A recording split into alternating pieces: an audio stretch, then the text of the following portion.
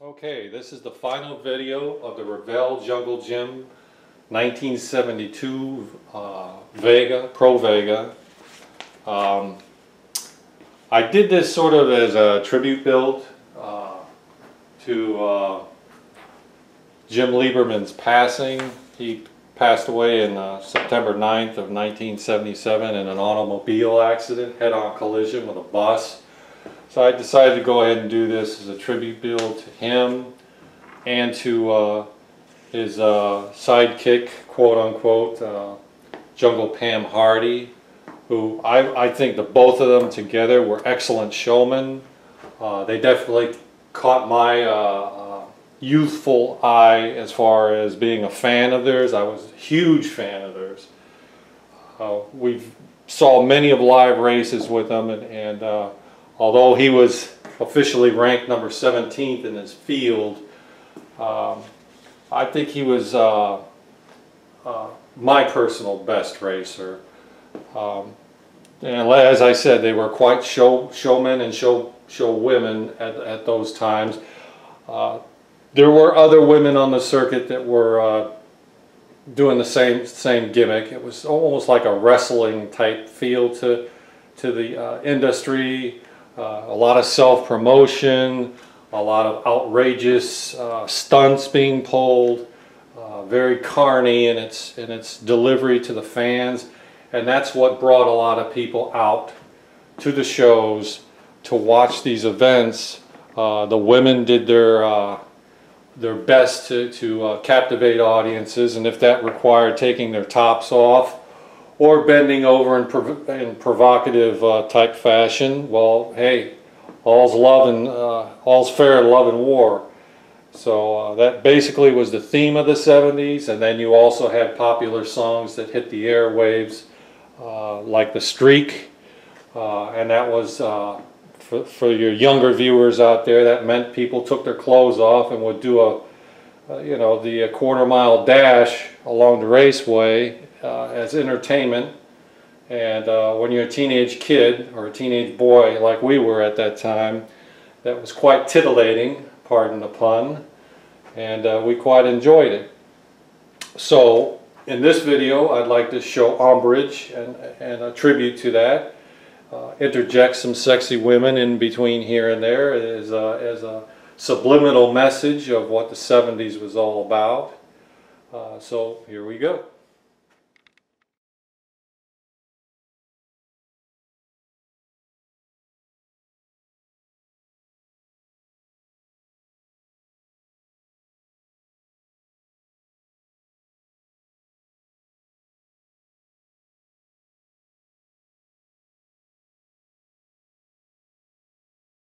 So here's an overall look at the car itself. Another great kit from Revell.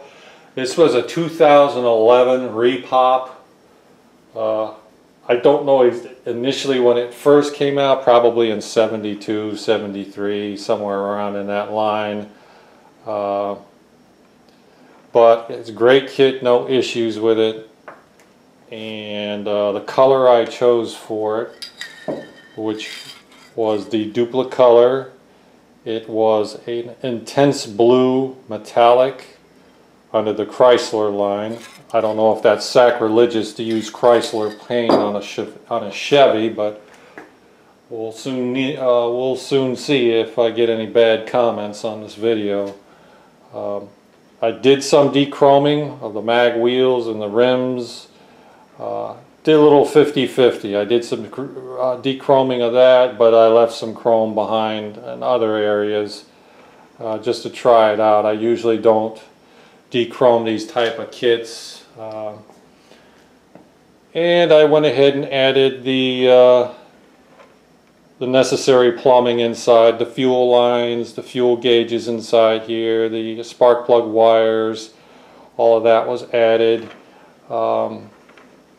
Took some liberties with some interior colors because the instructions were kind of vague on that, so I just pulled up some videos on YouTube on interior shots of this, and the engine and the interior colors change quite frequently.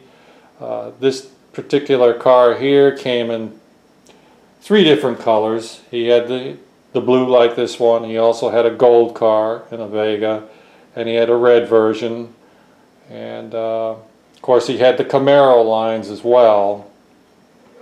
I do have the one kit Revell popped out a while ago with the Camaro version with the two figures of Jungle Pam and Jungle Jim. That I'm going to save as a collector's item. I noticed the price on eBay has started to skyrocket on that kit. It's now fetching between $80 and $100 for that kit, so surprise, surprise on that one. So I'm going to just hang on to that kit. But I have another one of these kits, and I'm going to do a red version of this later on down by the end of the year. After searching around on the internet, since this was a 2011 repop, they're already out of production. So the only place you're going to be able to find this is at either a big chain online hobby store that still has them in stock, or you'd be forced to go on eBay and pay God knows what for the price on that.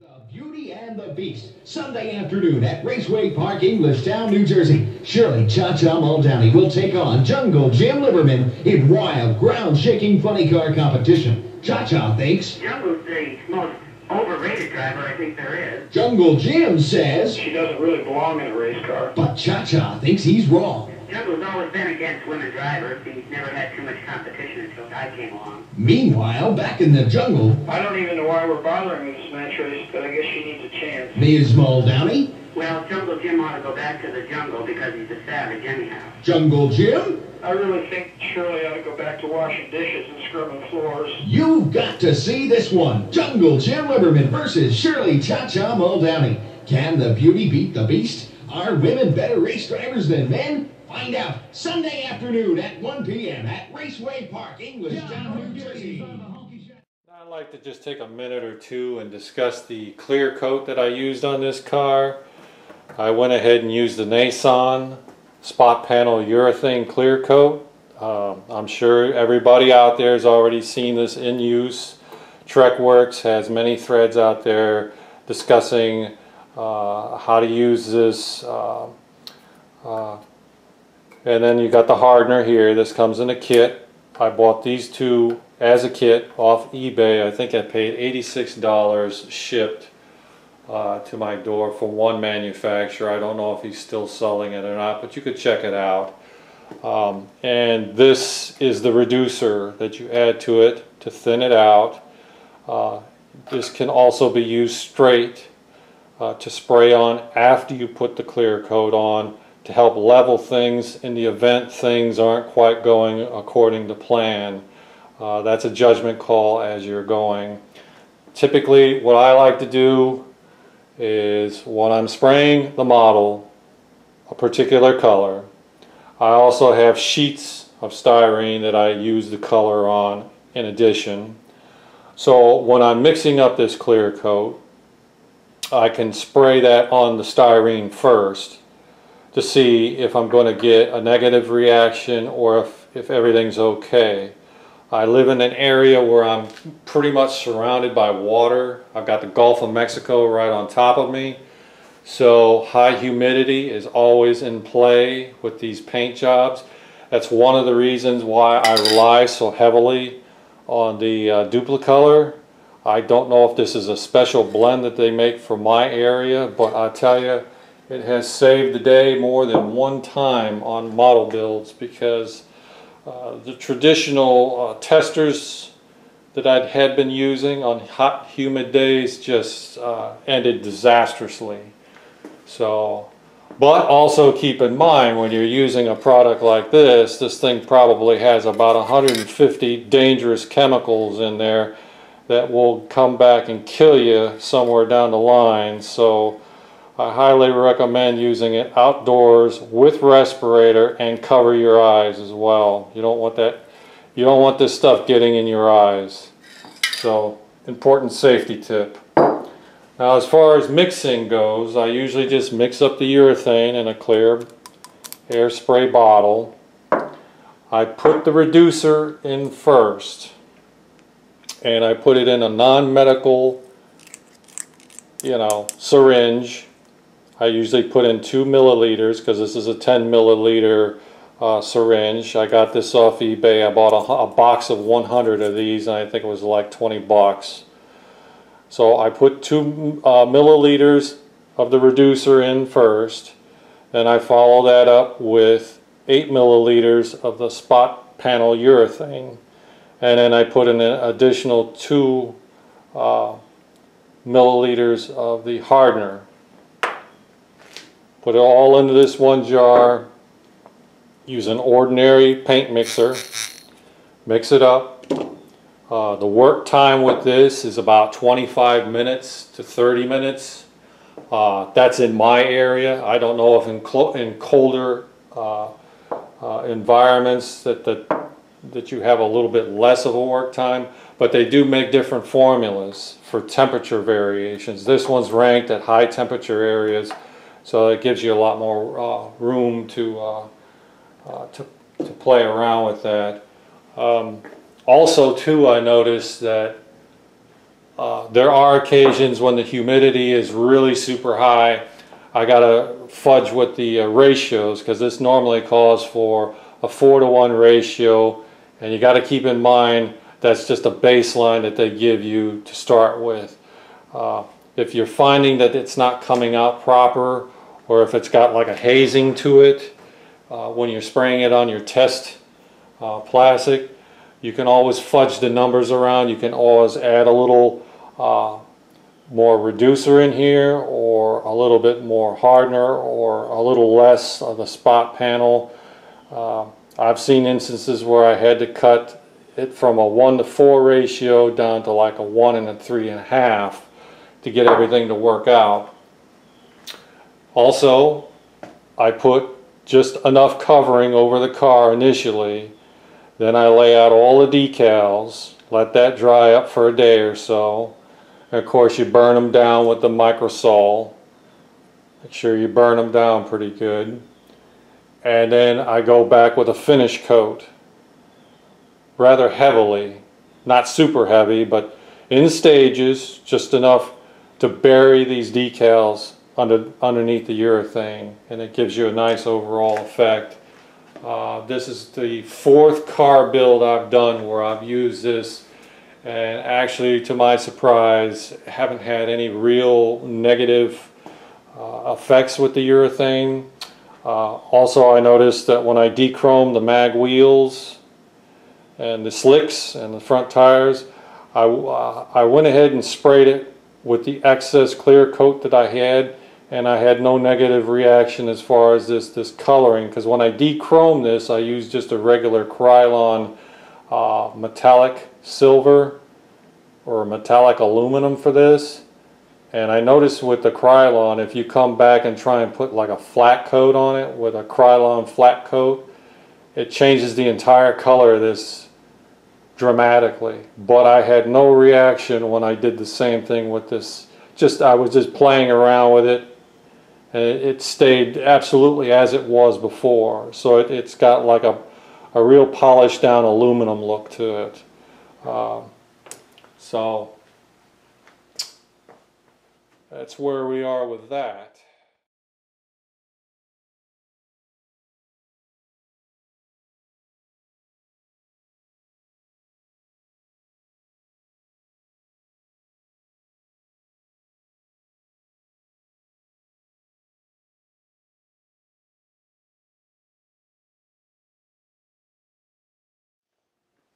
And there's a side view of it, front side view of it.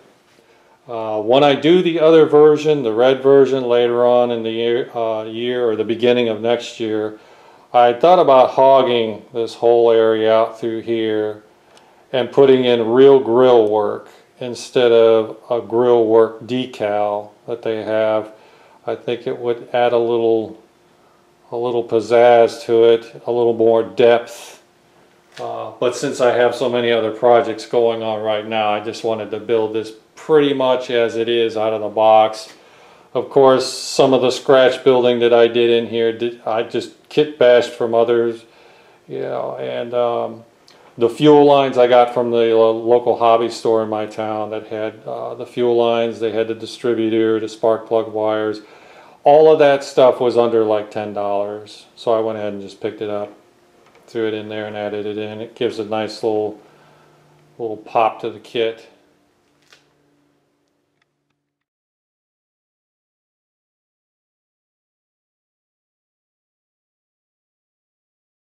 So pretty much in closing, my recommendation for this kit is it's a good buy. You can usually get it for under $20. And like I said, it's another great Revell kit. I look forward to doing some more of those. So in closing, I guess that's pretty much it for now. Everybody out there, take care, and we'll see you the next time around. See ya. Oh, well, I also forgot to add in thank you to Jungle Pam Hardy for keeping the memory of Jungle Jim alive and well on her Facebook page. She's regularly out touring the circuit. And although I think she was pretty much written off as a sidekick back in the 70s for her contribution to the team, I think she was much more than that. I think they worked well together as a team, and sidekicks usually don't 30 or 40 years later keep the memory alive of somebody that was just, you know, a passing. I think she really was dedicated to the sport. And I really shout out to her, kudos for her efforts in keeping the industry as it is, popular today as it was back then. Thank you, Pam. Clear, cool weather for tonight. Sunshine for tomorrow, right on through Sunday as far as the shore. The water temp throughout the weekend expected to be in the low to mid 70s. It's now 72 degrees off the Steel Pier in Atlantic City. 7:07 Friday night. The Prize Patrol is on the move. Got copies of the WFI Summer Love Oldies LP. Give me any other hit by the Hollies, and we'll give you a copy of that Oldies album. Their biggest is their best. Summertime of 72.